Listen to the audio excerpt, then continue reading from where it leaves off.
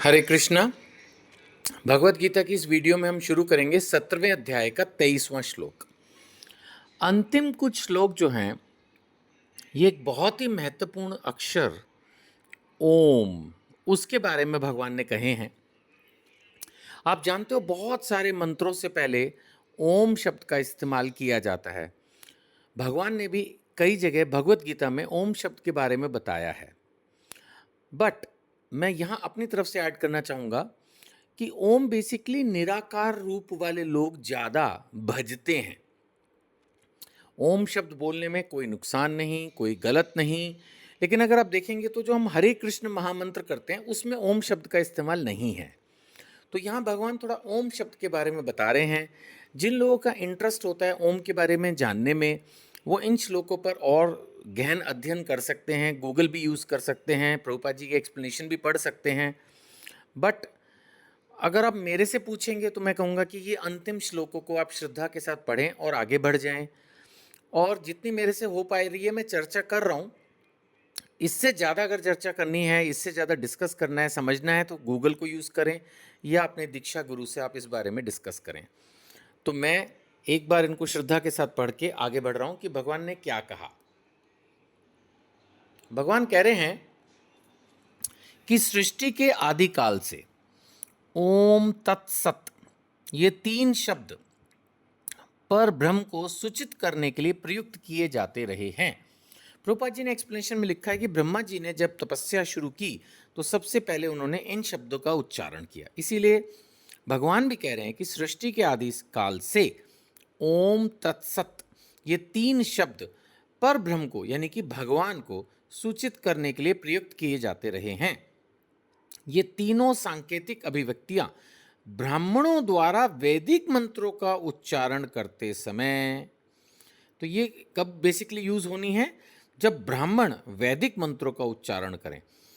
देखिए, आप में से हो सकता है कुछ ब्राह्मण हो बाय बर्थ, बाय कर्म, मैं नहीं जानता इस ऑडियो वीडियो को कौन सुन रहा है।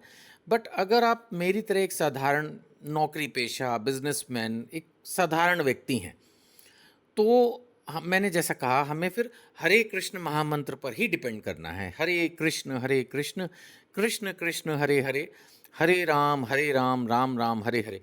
मैंने शायद कभी पहले ये भी चर्चा की थी कि जो गायत्री मंत्र है, कभी कभी कुछ लोग पूछते हैं आप उसको नहीं जपते हैं। देखो, एक तो पहली बात यह है कि भाई जब हमारे गुरुदेव ने हमें हरे कृष्ण महामंत्र के बारे में बताया है कि यही जप करना है, तो हम आपको वही बताते हैं। दूसरी बात यह है कि जितना मैंने सुना उसके हिसाब से गायत्री मंत्र जो है वो ब्राह्मण लोगों के लिए है, जो थोड़ा नियम कायदे से जीवन जी रहे हैं। मैं ये नहीं कह रहा कि मैं कायदे से जीवन नहीं जी रहा हूँ या आप नहीं जी रहे हैं, मतलब, लेकिन हम लोग, मैं तो अपने आप को कम से कम एक बहुत ही साधारण सा व्यक्ति समझता हूँ। तो अभी हम लोग उतने नियम और पवित्रता और जितना एक रिक्वायर्ड हाई स्टैंडर्ड होता है एक ब्राह्मण के जीवन का, उतना तो हम नहीं कर पाते। तो ऐसा मुझे लगता है कि जो गायत्री मंत्र है ये उच्च श्रेणी के ब्राह्मण लोग जो है जप करते हैं, या उसी तरह से जो लोग जीवन जी रहे हैं। और फिर मैं ये कहूँगा कि गायत्री मंत्र या ये ओम से रिलेटेड जो मंत्राज हैं, ये अगर आपके गुरुदेव, आपके दीक्षा गुरु आपको बोलते हैं तो आपको जरूर जप करना चाहिए। बट जितना मैं जानता हूँ हमारे गुरुदेव ने हमें हरे कृष्ण महामंत्र बताया था। तो फिलहाल हम वापस चलें अगर डिस्कशन पे ओम तत्सत की, तो ये तीनों सांकेतिक अभिव्यक्तियां भगवान कह रहे हैं ब्राह्मणों द्वारा वैदिक मंत्रों का उच्चारण करते समय और ब्रह्म को संतुष्ट करने के लिए यज्ञों के समय प्रयुक्त होती थी, ऐसा भगवान बोल रहे हैं। अब हम चलेंगे तो 24वें श्लोक में। अभी हम हैं 17वें अध्याय पे।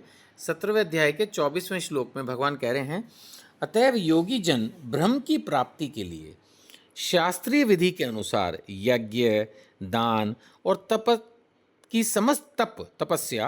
की समस्त क्रियाओं का शुभारंभ सदैव ओम से करते हैं। ऐसा होता है, हम भी जब अपने गुरु महाराज का प्रणाम मंत्र पढ़ते हैं तब भी हम ओम से शुरू करते हैं। तो ऐसा नहीं है कि हम लोग ओम बोलने के लिए मना कर रहे हैं। प्लीज़ ये मत समझिएगा, मैंने ऐसा बिल्कुल भी नहीं कहा है। मैं ये कह रहा हूँ हम हर पवित्र काम को करते वक्त ओम शब्द का इस्तेमाल करते हैं, जो कि भगवान का सूचक है। लेकिन जो हम रोज मंत्र पढ़ते हैं वो हरे कृष्ण महामंत्र है। बस मैं ये कह रहा हूँ। तो भगवान यही कह रहे हैं कि जितने भी योगी जन हैं वो ब्रह्म की प्राप्ति, वैसे भी हम निराकार ब्रह्म तो प्राप्त करना भी नहीं चाहते ना, तो हमें ओम की प्राप्ति, ओम के थ्रू जाना ही नहीं, ओम वाला ट्रैक ही नहीं हमारा, वो निराकार ब्रह्म जो है ना वो वाला मोक्ष है जिसमें ब्रह्म ज्योति में मिलते हैं। मैं पहले उस पर कई बार चर्चा कर चुका हूँ, तो अभी दोबारा नहीं कर रहा हूँ। सो अतएव योगी जन ब्रह्म की प्राप्ति के लिए शास्त्रीय विधि के अनुसार यज्ञ, दान और तपस्या की समस्त क्रियाओं का शुभारंभ ओम से करते हैं। अब हम चलेंगे 25वें श्लोक पे। 25वें श्लोक में भगवान कह रहे हैं, मनुष्य को चाहिए कि कर्म फल की इच्छा किए बिना, ये तो भगवान हमेशा ही कहते रहे हैं, विविध प्रकार के यज्ञ, तप और दान को तत् शब्द कहकर संपन्न करे। यानी शुरुआत करनी है ओम कह के। भगवान ने क्या कहा कि क्रियाओं का शुभारंभ सदैव ओम से करते हैं, और ये बिना, और भगवान कह रहे हैं कि बिना आप इच्छा, कर्म फल की इच्छा के जो भी आपके यज्ञ, तप और दान को तत् शब्द कहकर संपन्न करें। यानी शुरुआत ओम से और तत् कहकर आप उसको कंप्लीट करें। ऐसी दिव्य क्रियाओं का उद्देश्य भव बंधन से मुक्त होना है। ये भगवान बता रहे हैं कि मोक्ष की प्राप्ति के लिए आप इस तरह से उच्चारित कर सकते हैं। 26 और 27 में भगवान क्या कह रहे हैं, परम सत्य भक्ति में यज्ञ का लक्ष्य है। परम सत्य यानी भगवान, जो भी हम भक्ति में यज्ञ कर रहे हैं उसका लक्ष्य है, और उसे सत्य शब्द से अभिहित किया जाता है ना। हे प्रथापुत्र, ऐसे यज्ञ का संपन्न करता भी सत्य कहलाता है। सत्य आप समझते हैं, सत्य, सच, परम सत्य आपने वैसे सुना ही होगा ना, राम नाम सत्य। मतलब कहीं ना कहीं ये चीज आती है कि परम सत्य कौन। यहाँ पर भगवान यही कह रहे हैं कि जो परम सत्य है वो भक्ति में यज्ञ का लक्ष्य है। और आप जानते हैं कि परम सत्य कौन, भगवान। सो भगवान ही भक्ति में यज्ञ का लक्ष्य है और उसे सत्य शब्द से अभिहित किया जाता है। हे प्रथापुत्र, भगवान कह रहे हैं ऐसे यज्ञ का संपन्न करता भी सत्य कहलाता है, जिस प्रकार यज्ञ, तप और दान के सारे कर्म भी जो परम पुरुष को प्रसन्न करने के लिए किए जाते हैं वो भी सत्य हैं। तो एक तरह से भक्त भी सत्य है, भगवान भी सत्य हैं।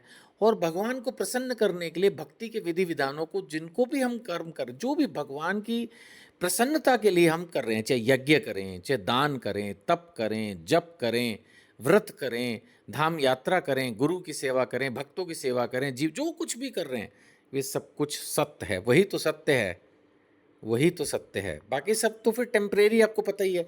हम कुछ भी भौतिक इस दुनिया में करते हैं वो सब कुछ टेम्परेरी है, यही तो प्रॉब्लम है।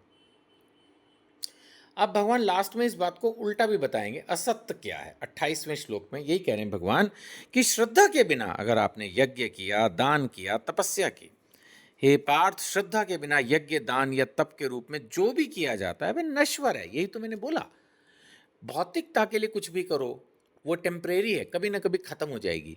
बिना श्रद्धा, बिना विश्वास, अनिच्छा से किया जाएगा।